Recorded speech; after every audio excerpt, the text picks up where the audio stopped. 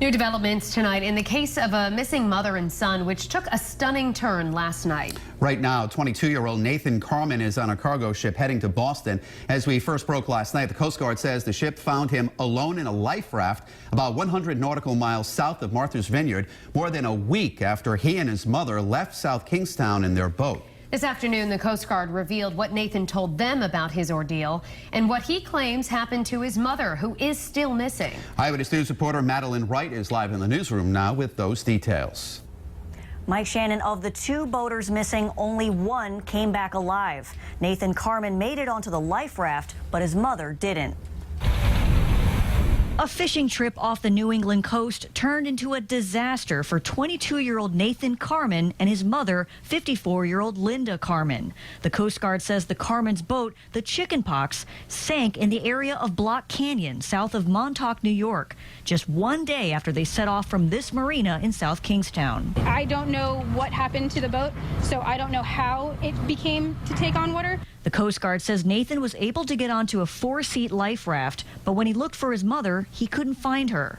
The Coast Guard says he survived on the food and water in his raft for 7 days until a cargo ship rescued him Sunday, 100 nautical miles south of Martha's Vineyard. When Nathan Carman comes back to shore, he will be met by Coast Guard officials who will be speaking to him to get a clear understanding of the case, and we'll go from there and hopefully prevent something like this from happening again. Linda Carman's friend reported the pair missing last week when they didn't come home at their expected time, sparking a massive 6-day search that turned up nothing.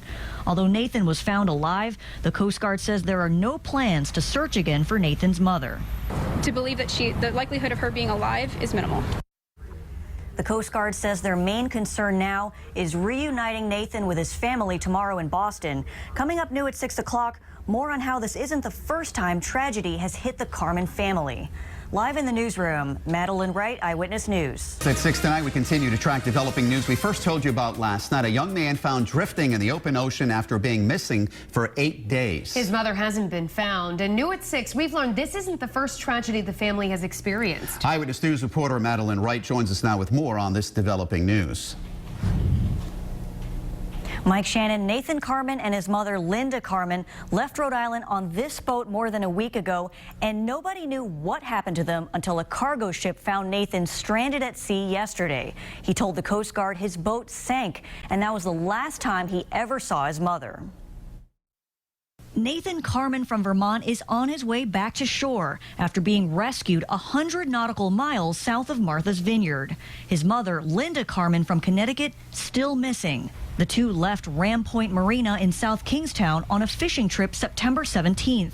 Nathan told the Coast Guard their boat sank off the coast of New York the very next day. When the boat started taking on water, he got his life raft. He went looking for his mom to get into the life raft, and he could not find her.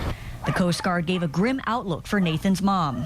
We will not be reopening the search for Linda Carman at this time due to the fact that survivability, we are beyond that point. This isn't the first time tragedy has hit the family.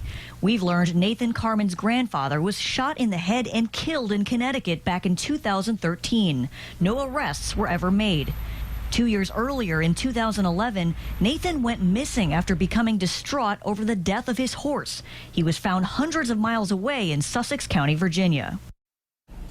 The Coast Guard says food and water are not usually stored on life rafts, so it's something Nathan would have had to grab while the boat was still sinking. The Coast Guard says they never received a mayday call that the boat was taking on water. So far, there are no plans to recover the sunken vessel. Madeline Wright, Eyewitness News.